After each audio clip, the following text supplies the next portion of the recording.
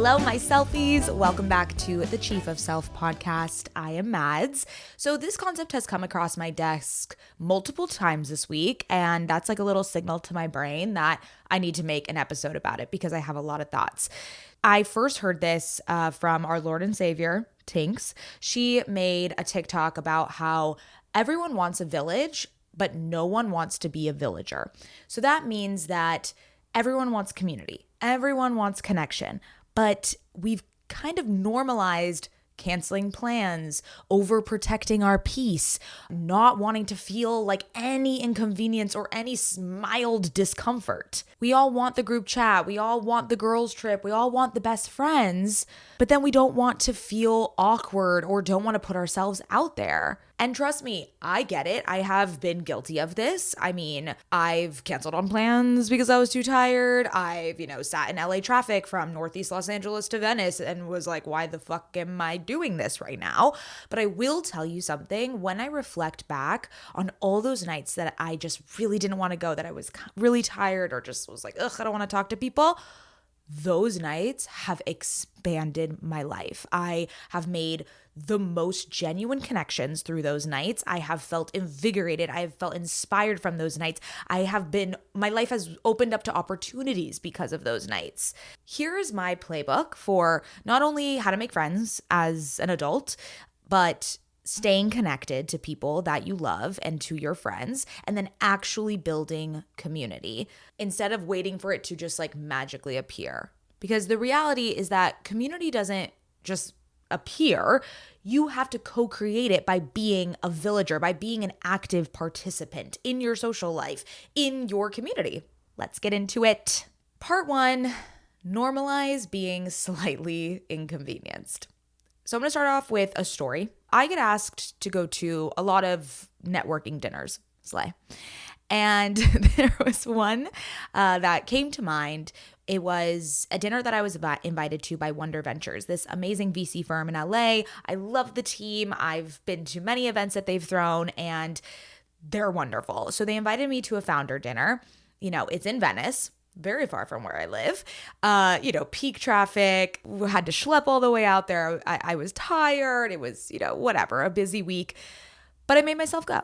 I knew in my gut. I was like, I didn't know anyone there except for some of the team members. So it wasn't like I had a crutch or someone to lean on. Like, this was just me walking in blind. When I got there, and at first I was a little uneasy because, again, didn't know anyone. Usually when I go to a founder dinner, it's like female founders. I might know one or two people. It's kind of like the recycled people. But this one was brand new, which also was a little, scary. But what came out of that night? A connection I made with someone who's going to help me start this female founder dinner series that I want to start. A guy who does content and like hacking for content and social media growth. And then we got on a call later that week about how I can grow on Snapchat or like certain hacks for growing on TikTok. Coming out of that dinner, I felt so invigorated and energized and inspired that I completely forgot that I was tired, that I completely forgot about the traffic.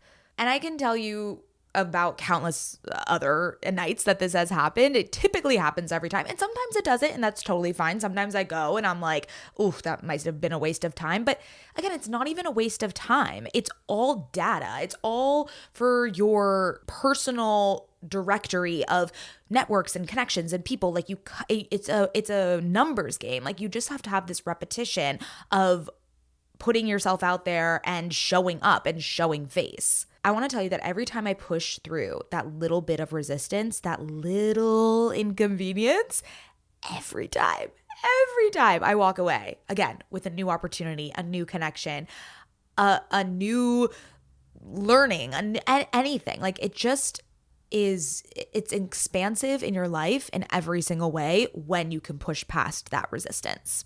You cannot build a social life by saying no to everything that requires effort, right? You won't get the community you're seeking without the micro discomfort that a community requires. So just get really comfortable with that discomfort. Get really comfy with the inconvenience of, I'm tired.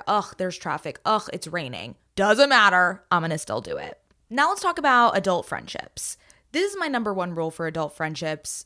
And I have created an entire company that is essentially about making connections and discovering. And a lot of that has to do with helping people make friends and sharing events that are happening around Los Angeles that people can go to and make friends at.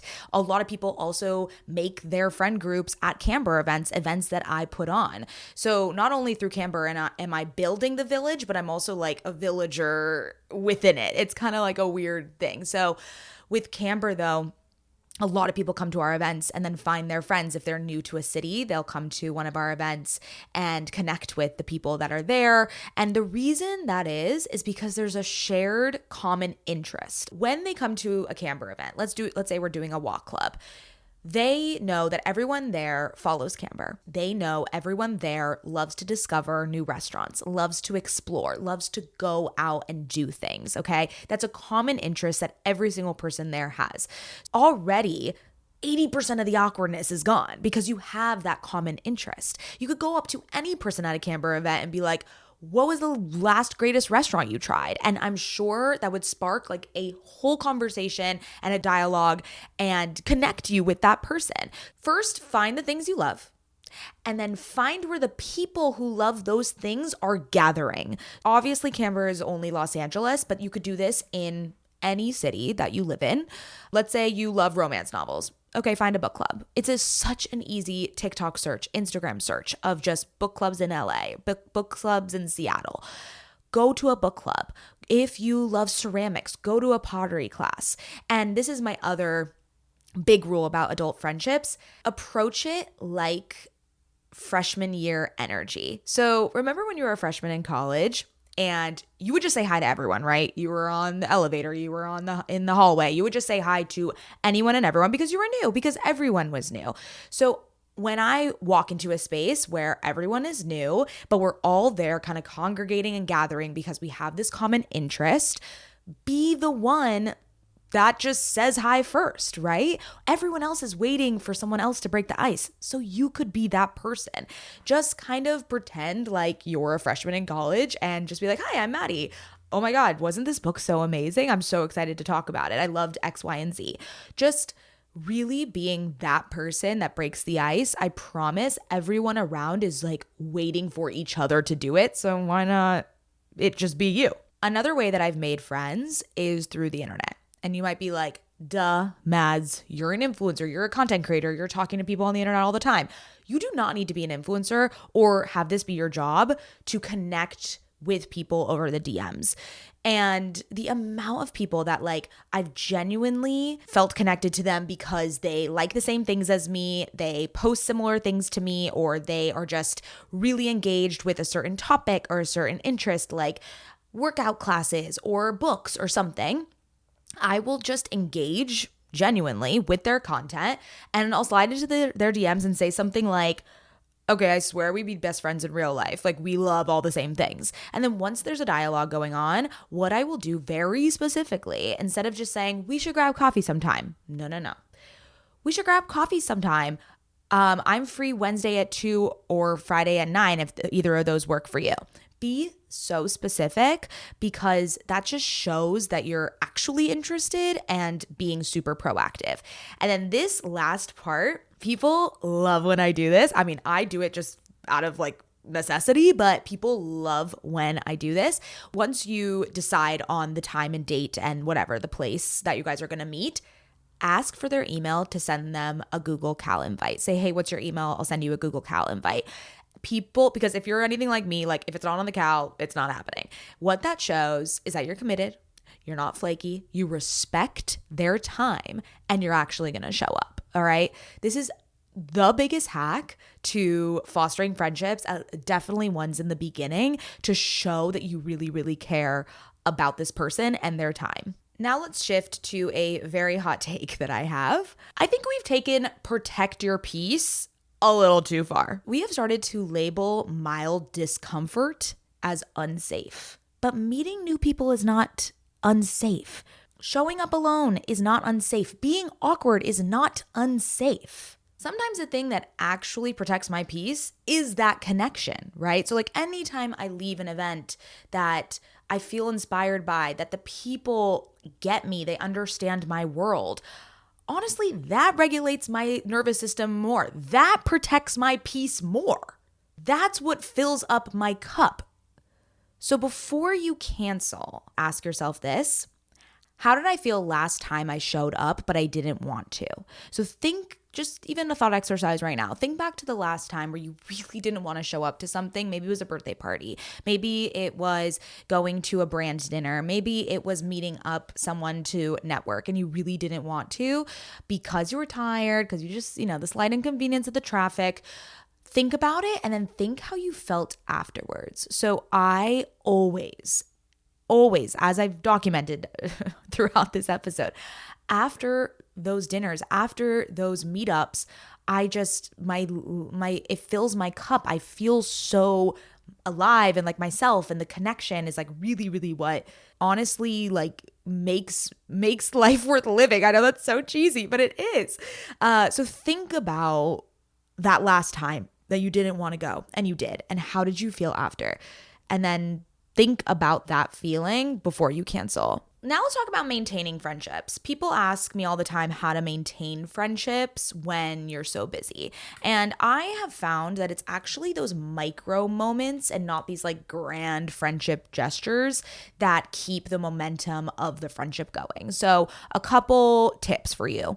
One is car check-ins. Like, this is something I definitely want to get better at, but my best friend Brett is the queen of this. She uses her time in the car.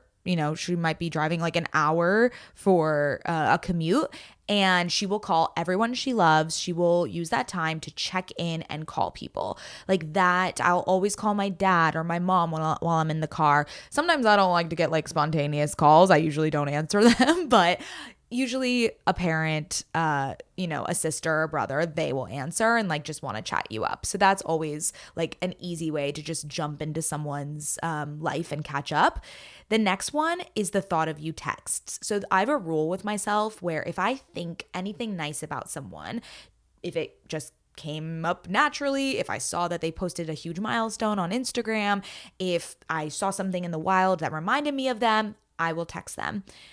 It is such a small thing. And this is the kicker. You cannot expect anything in return. This is not some sort of like value exchange. This is purely for you to show them that you care and that you're thinking of them.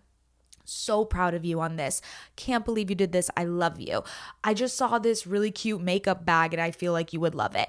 Just these little thinking of you texts are so micro and take you 5 seconds, and they don't need to spiral into a whole conversation and a back and forth. It can literally just be thinking of you, love you. All right, this is my signature. This is my go-to. I call it the $5 coffee Venmo. When someone is having a hard time, let's say someone texted you and they're just like, I'm not feeling great, I'm in a funk, whatever. Just something is just not working out with them and they are not feeling it. I will send them a $5, a $10 Venmo and say, coffee on me, lunch on me today. You do not understand how powerful this is. It lights up that person's day. It is the smallest fucking thing you can do, but it changes the trajectory of their day. That is something that is so in everyone's wheelhouse and is so easy to do if you just want to like insert a little gratitude into your friend's life. Now let's talk about how to create a village, like being the actual village creator, if you will. Basically the community leader. If you love to host events, if you want to be the one that facilitates the village and the community. As I mentioned with Camber, we are kind of that, right? So I want to give an example of a Camber event that I hosted that made me think, yep, community is real. People want to connect. I just have to create the container for it for them. So last year when we were first starting camberplaces.com, our new web app, when we were starting to develop it, we made a call out to our community and said, if anyone wants to give feedback, if you give us 30 minutes of your time to talk to our developers, we will host a dinner for you. So we'll put together this like intimate dinner for everyone that participates. And yes, of course, these people were in our community, but we hadn't really talked to them before. We made sure that none of them were our like close friends or that we knew too well. Lauren and I, put together this very intimate dinner. We did it at like a chic restaurant, and going into it, I was a little nervous. I was kind of not dreading it, but I was just like, I'm not going to know anyone. Like, will this be weird? Will it be awkward? I don't know. Da, da, da. When I tell you, I've never felt more jazzed, more lit up than this intimate dinner. And I tried to pinpoint what it was. And obviously, it was because these people shared the values and the mission of Camber, of what me and Lauren are building. They cared so much and are so passionate about what we're building that they wanted to dedicate time to making it better. They wanted to hang out with us in an intimate dinner setting and hang out with other people and connect that way. Like this small group of people, it was electric, honestly. And it's just people who share the same interest of Los Angeles restaurants and recommendations and discovering this city and exploring. But somehow it felt like we were all like family. It was very surreal. We did a little icebreaker, which was so fun, of like, what are you gatekeeping right now? Like, what's a restaurant that you're gatekeeping? Or where I think we did something like, what's a hidden gem that you just like won't let go, or something like that. And it just gets the conversation going, because this community of people who follow Camber, like, they are very in the know. They are very in touch with what's going on in the Los Angeles landscape. And so we just were all able to just rattle off and just blah, blah, blah, yap, yap, yap away. And it reminded me that people aren't resistant to community. They're resistant to awkwardness, right? Like, if you really boil it down to why maybe you haven't gone out to the event, or you don't want to go somewhere alone, or you just think that to take the easy way out and cancel because you're tired and you've had a long day.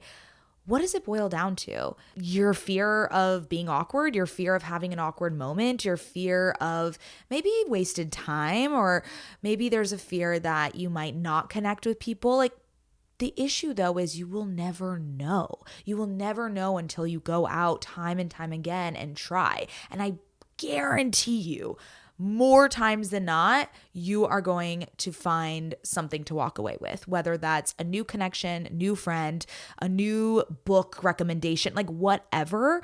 You're going to walk away with something tangible and valuable. It's just we let this fear of awkwardness and discomfort and this slight inconvenience just overpower us. And then we disguise it as protecting our peace, right? So be super, super honest with yourself. If you really want a village, if you really want a community, you have to be an active participant. You have to co-create it as a villager. And if you're the one that wants to create the village, essentially, you're going to create that container, that safe space, that environment for people to meet you halfway, right? That's what I've learned as being a village leader, if you will. So to summarize, say hi first. Send the Google Cal invite. Don't let awkwardness pass you by, and don't let your fear of being awkward hold you back from incredible connections and opportunities that you probably would have otherwise been let out on. And lastly, just normalize being mildly uncomfortable or slightly inconvenienced. I promise it will expand your life in so many ways. Wow. This episode, I think, was one I was really excited and really nervous to record, because it's something I've fallen victim to and I'm guilty of. And it's a great reminder, but then it's also, I look back and of all the times I did push past that resistance. And it's so beautiful to think of all the network connections and all the people I've met. And I think it's been my superpower in building a business. It's been my superpower in my life of how deep my network is. And it's not just from like a professional sense, my personal network, just I pride myself on it. And it's because I continuously put myself out there and just showed up. So I hope this helps. I hope this helps with making new friends as adults, because I know it is fucking hard. I hope this helps you, get over that fear a little bit. But I love you. Let me know what you think about this episode. On Spotify, you can comment, which is so lovely. So I'll respond to any comments that are there. And I hope to see you next week.